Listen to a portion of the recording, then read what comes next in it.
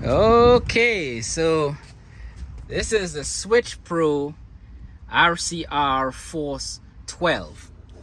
My first impressions, I love how it, how it's made, the form factor, the size. It looks like it's simple to use. I went with the Force 12 because it has 12 switches. This particular the switch itself, the touch button switch, is 3 by 4 inches, 3 inches by 4 inches, and I'm gonna put it right here. That's where, if I move it, then I'll do a video about why I move it, but that's where I'm planning to put it right now. Originally that was gonna go up top, but running the wiring up there is a little more tedious. I'm trying to keep things as simple as possible, so it's gonna go right there, and all the wire will do is come through the firewall down here. Why I chose this device is that it's 150 amp. It has the ability to handle up to 150 amp of current. It's expandable to 12 switches, and each switch can be programmed 3 or 4 different ways. I'm not sure, but it's basically almost a lot of expandability, and it's a small form factor. That's why I chose this. This vehicle is going to Madagascar. That's my intent. If I have to move to Madagascar, I'm taking this device to Madagascar, this machine to Madagascar, this vehicle. And the roads are treacherous and terrible over there. You're pretty much isolated from everything, and I want to be able to navigate and have everything that I need to get from point A to point B without getting stranded somewhere, because there's really nothing in between villages, and even if you get to a village, you can't really get a whole lot of help in those villages because it just simply don't have the technology, or the stores. You have to wait till you get to a big city to be able to do stuff. So this is the that's why I got this form factor. This is the controller part of the device, and it's 7 inches wide by 3.5 inches tall, and I think that's where I'm going to be mounting it.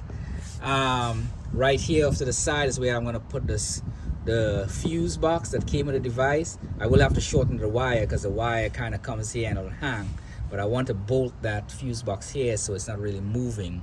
So I will have to shorten the wire here, from here to the fuse, and then lengthen the wire from the fuse down the back here, out of the way, into this little cubby here, and across and up to the positive on this side,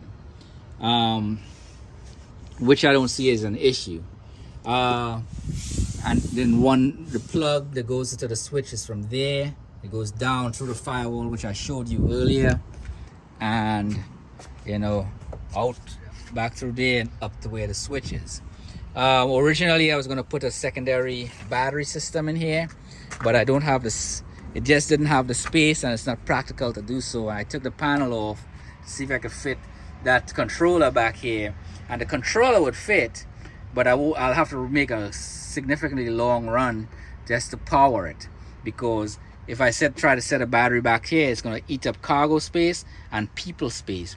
And in Madagascar, you cram about 50 people inside this. I'm exaggerating, but there's a lot of people like sardines into something like this to get from point A to point B, because there are not a lot of vehicles over there, and not a lot of times they have people waiting a week to get transportation to carry their goods back home into the village. So space is important, and weight, the ability to carry a lot of weight, is important. So I had to ditch the idea for now for the double batteries, the auxiliary batteries, for this switch to power everything through the auxiliary battery. Everything will have to go through the single battery. And from what I saw while I was in Madagascar, the single battery seems to work fine. There shouldn't be an issue with that at all, as far as that is concerned. Unfortunately, this car cannot use a lithium-ion battery single. There's a lot of things that go involved with that. It's actually dangerous. It could, I spoke to someone today, a couple of locations, Militech and a couple other ones, They say nope, you can't put one in here. They could work in a marine application, but it can't work in an SUV. So I'm limited to the AGM batteries, gel batteries, or lead acid batteries. If you have any questions, ask it in the comment section down below. Like and subscribe.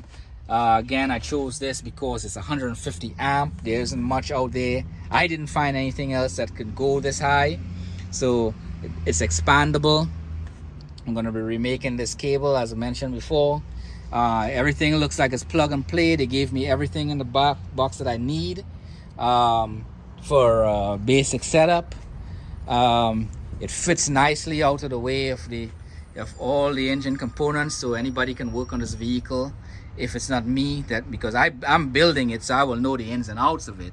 But if someone else had to buy this, it'll be easy for them to work on this without getting in the way, without the add-ons getting in the way, like the e-lockers and all that stuff. That'll just be the bonus.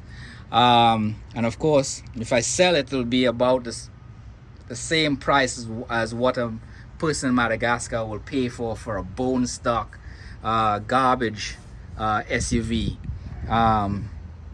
This will have a whole lot of stuff, and for roughly the same price if I have to sell it. But again, the goal is for me to take it to Madagascar if I have to move to Madagascar for my own personal use, and possibly make some money traveling through the bush if I'm traveling from Antananarivo to Fort Dauphin or wherever, you know, or I can make a little extra side money carrying people and their cargo up top. But I haven't gotten that far yet in the build, so as I get along, I will share more. Again, like and subscribe. Throw some suggestions down below. You all have a good day.